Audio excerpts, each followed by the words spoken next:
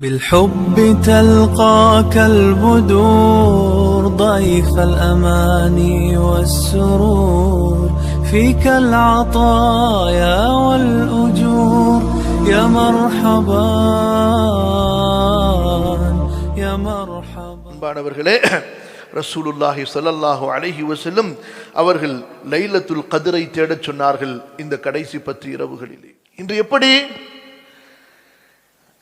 அமல் என்று வந்தால் கூட சரி எல்லாமே எப்படி போய் கொண்டிருக்கிறது என்றால், சரி போயிட்டு போது செய்வோமே.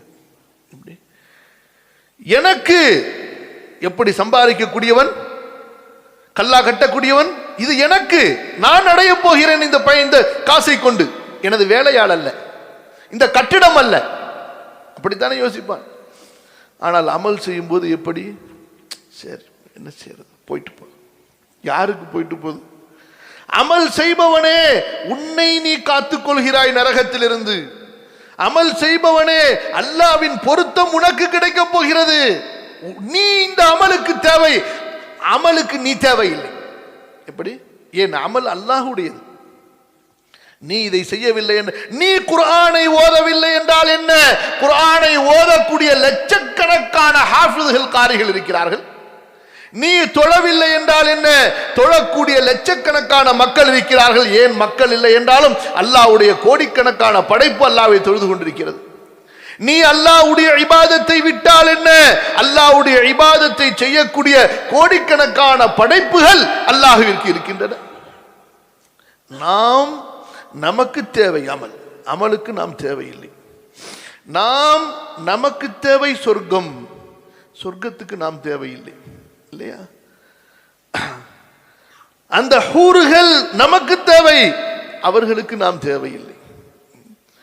அவர்களுக்காக அந்த சொர்க்கத்தை தேடி நீங்கள் அமல் செய்யுங்கள் என்று அல்லாஹ் சொல்கிறான். அவர்களுக்கு நீங்கள் தேவை, சொர்க்கத்துக்கு நீங்கள் தேவை என்று அல்லாஹ் சொல்லவில்லை.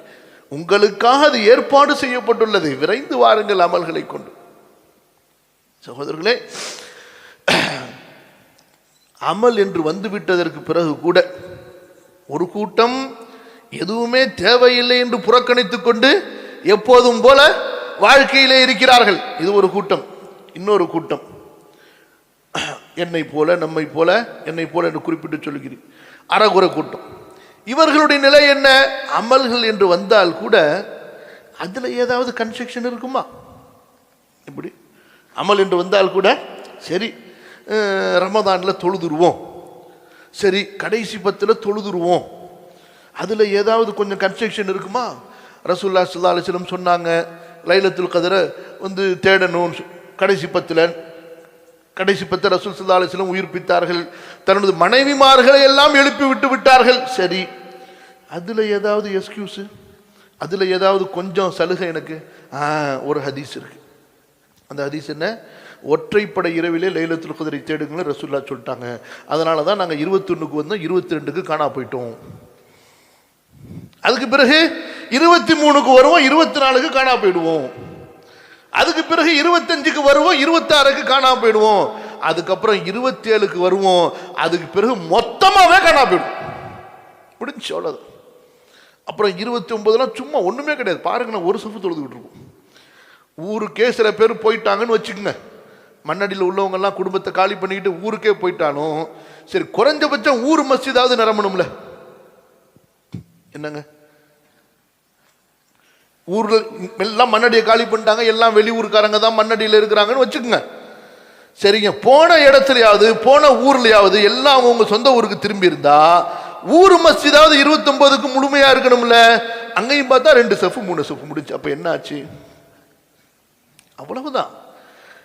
அமல்களின் மீது உண்டான ஆர்வம் நம்மை போன்ற சோம்பேறிகளுக்கு இவ்வளவுதான், முடிஞ்சு. அமல் செய்யணும், அதுல ஏதாவது நமக்கு ஏற்ற மாதிரி, நஃப்ஸுக்கு ஏற்ற மாதிரி கொஞ்சம் சலுகை. ரசூலுல்லாஹ் சொல்லிட்டாங்க கடைசி 10. ஆமா, ரசூலுல்லாஹ் உயிர்ப்பிச்சாங்க, அவங்க யாருங்க, அவங்க எவ்வளவு பெரியவங்க. சஹாபாக்கள் அவங்க யாருங்க, அவ்வளவு பெரியவங்க. நமக்கு அந்த பாருங்க, அந்த கடைசியில் ஒரு ஹதீஸ் இருக்கு பாருங்க, ஒற்றைப்படையில் தேடுங்கள், முடிஞ்சு தேடியாச்சு. அதுவும் எந்த ஒற்றைப்படை வரைக்கும்? 27ஓட முடிஞ்சு. ஏன்? அதான் ஒரு ஹதீஸ் இருக்குல்ல, மேக்சிமம் அது 27 இருக்குன்னு சொல்லிட்டு அதோட முடிச்சிச்சு. இன்னொரு கூட்டம் கடைசி 10வது ஒற்றைப்படையாவது எல்லாவற்றையும் விட்டுவிட்டு அந்த ஒரு சஹாபி அறிவிக்கிறாங்கல்ல, மேக்சிமம் அது 27ஆக இருக்கலாம் என்று முடிஞ்சு, அதோட பிடிச்சிச்சு. 27 தான், அதுக்கு முன்னாடியும் கிடையாது பின்னாடியும் கிடையாது, அதை தவிர எதுவுமே கிடையாது. அதுவும் அந்த 27 எப்படி இபாதத்து, எப்படி என்ன தொழுகிறாரோ இமாமு, என்ன ஓதுறாரோ, மொத்தமா ஹத்முல் குர்ஆன் ஒரு துவா ஒன்று இருக்கும். அதுக்கு பிறகு ஒரு பொட்டிசோறு இருக்கும். பொட்டிசோறுனா தெரியுமா? அந்த காலத்துல ஒரு ஓலை பெட்டியில வச்சு கொடுப்பாங்க. அந்த துவா ஓதும் போதெல்லாம் சோம்பேறியா இப்படியே உட்கார்ந்துருப்பாங்க. கடைசியில் அந்த பைய வரக்கூடிய அந்த நேரத்தில் உற்சாகமாயிடுவார். முடிஞ்சு, அவ்வளவுதான், எல்லாம் ரெடியாக வந்துட்டு பைய வாங்கிட்டு முடிஞ்சு போச்சு லைலத்துல் கத்ர். கண்டிப்பா ஒரு கண்டிஷன் என்னன்னு சொன்னா, புது சட்டை புது கையில் உடுத்திட்டு வந்திருக்கணும் லைலத்துல் கத்ருக்கு. அந்த லைலத்துல் கத்ர் இறங்குறதுக்கு, லைலத்துல் கத்ருக்கு என்ன கண்டிஷன் சொன்னா, இமாம் சாப் வந்து இன்னா அன்ஸல்னாஹு ஃபீ லைலத்துல் கத்ர் ஓதுரி அன்னைக்கு 27ஆம் கிழமையில கத்தமு பண்ணணும். இல்லைன்னா இமாம் தொலைஞ்சார். அதுக்கப்புறமா துவா, அந்த குர்ஆனை பார்த்து அந்த ஒரு துவா ஒன்று வச்சிருப்பாங்க. அது யார் எழுதுனாவோ அந்த துவால அவ்வளவு குழப்பம் இருக்கு. குர்ஆனில் நீங்கள் பொதுவாக டெல்லியில் பிரிண்ட் பண்ணக்கூடிய குர்ஆனை பார்த்தீங்கன்னா, அதனுடைய கடைசியில் துஆவு ஹத்மில் குர்ஆன், குர்ஆன் முடிக்கும் போது ஓதப்படுகின்ற துவான்னு ஒரு துவா இருக்கும்.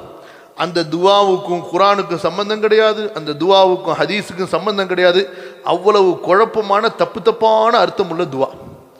அந்த துவாவை ஓதுற இமாமுக்கும் புரியாது, கேட்குறவங்களுக்கும் புரியாது. அந்த துவாவை ஓதுனோன்னு நேராக லைலத்துல் கத்ர் அரிசிலிருந்து அப்படியே வாங்கிக்கிட்டு விலாயத்துன்னு என்ன, அல்லாவுக்கு அப்படியே நெருக்கமாக போயிட்டாங்களப்பா, எல்லாம் வாங்கிட்டு முடிஞ்சு போச்சு. சுபுகு தொழுகையே இருக்காது. எப்படி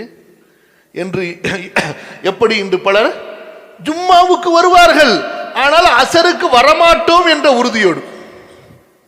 எப்படி ஜும்மாவிற்கு வருவார்கள், ஆனால் கண்டிப்பாக நான் அசரு தொழமாட்டேன் என்று நீங்கள் சொல்லுங்கள்.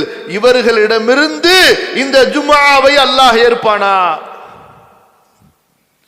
எந்த அசருடைய தொழுகையை வாழ்க்கையிலே ஒரு நாள் விடுவதை அல்லாஹ்வுடைய தூதர் ஸல்லல்லாஹு அலைஹி வஸல்லம் தனது குடும்பத்தை எல்லாம் இழப்பதற்கு சமமாக சொன்னார்களோ, அசருடைய தொழுகை ஒரு நாள் தவறி விடுவது தனது சொத்து சுகம் குடும்பம் அனைத்தையும் இழப்பதற்கு சமம் என்று சொன்னார்கள். இவரு ஜும்மாவுக்கு வர்றாரு, ஆனா அசருக்கு நான் திரும்ப மாட்டேன், மகரிபுக்கு வர மாட்டேன், அன்றையும் இஷாவும் எனக்கு இல்லை என்று. சகோதரர்களே, எப்படிப்பட்ட ஒரு அவலமான ஒரு நிலையிலே இருக்கிறோம் பாருங்கள். இதற்கு யார் காரணம்?